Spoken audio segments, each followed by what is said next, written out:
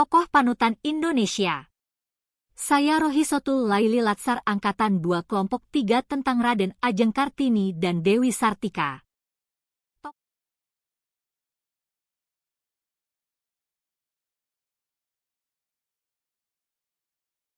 R.A. Kartini lahir tanggal 21 April tahun 1879 dan wafat tanggal 17 Agustus. Seorang pejuang pendidikan bagi kaum wanita. Raden Dewi Sartika lahir tanggal 4 Desember tahun 1884 dan wafat tanggal 11 September tahun 1947. Seorang pilar utama pembangunan Jawa Barat. Berorientasi pelayanan, beliau aktif menjalin komunikasi dengan berbagai tokoh penting di INDEONESIA untuk menyebarkan ide pendidikan dan gerakan emansipasi. Tujuannya yaitu membangun sekolah agar ia dapat mengajarkan kepada perempuan pribumi untuk mendapatkan pengetahuan sehingga ia bisa mewujudkan cita-citanya. Disinilah Sartika memberanikan diri menghadap ke Bupati Bandung untuk meminta izin mendirikan sekolah gadis remaja. Awalnya diragukan, namun Bupati Martanagara akhirnya pun merestui dan menyarankan agar sekolah itu pertama dibuka di Pendopo, Kabupaten Bandung. Akhirnya pada 16 Januari 1904 berdirilah sekolah khusus perempuan Bumi Putra pertama di Hindia Belanda dengan nama Sakola Istri. Tempat itu kemudian menjadi sentral pendidikan untuk wanita pribumi, khususnya rakyat jelata. Selain belajar bahasa, di sana juga ditanamkan pendidikan tentang agama, kesehatan, dan bakat. Akuntabel R.A. Kartini bertanggung jawab dengan keputusan menikah dengan Bupati Rembang Desi Sartika, diberikan tanggung jawab MENGAJARA di usia 15 tahun.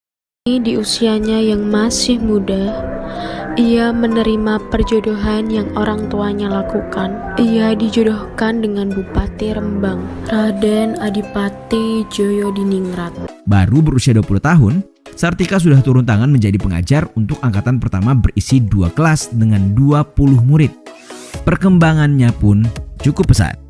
Pada tahun 1905, sekolahnya harus dipindahkan karena tidak lagi mampu menampung jumlah murid yang belajar. Kompeten Kartini berwawasan luas. Usia 15 tahun beliau terus belajar. Dewi Sartika banyak menulis buku tentang perempuan. Ilmu. Usaha yang dilakukan oleh Kartini untuk memperoleh pendidikan yaitu dengan cara belajar diam-diam. Dewi Sartika, seorang perempuan muda yang menjadi salah satu kontributor untuk satu komisi tentang perbaikan derajat perempuan pada tahun 1912. Dikutip dari laman liputan6.com, selain dikenal sebagai aktivis pendidikan, Dewi Sartika juga begitu rajin menulis. Namanya kian populer ketika menuangkan berbagai pemikirannya di beberapa media massa yang terbit di Bandung maupun daerah lain seperti di Yogyakarta dan Surabaya. Materi artikel diterbitkan diantaranya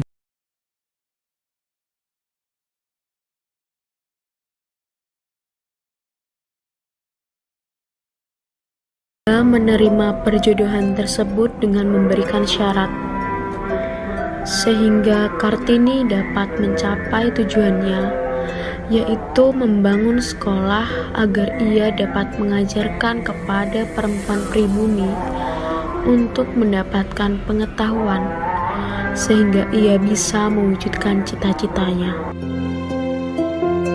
Loyal. Kartini dan Dewi Sartika mengutamakan kepentingan mencerdaskan perempuan Indonesia.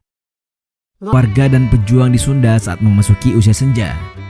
Pada tahun 1947, Belanda kembali melakukan agresi militer. Ia bersama rakyat pribumi dan pejuang lainnya ikut berjuang membela tanah air.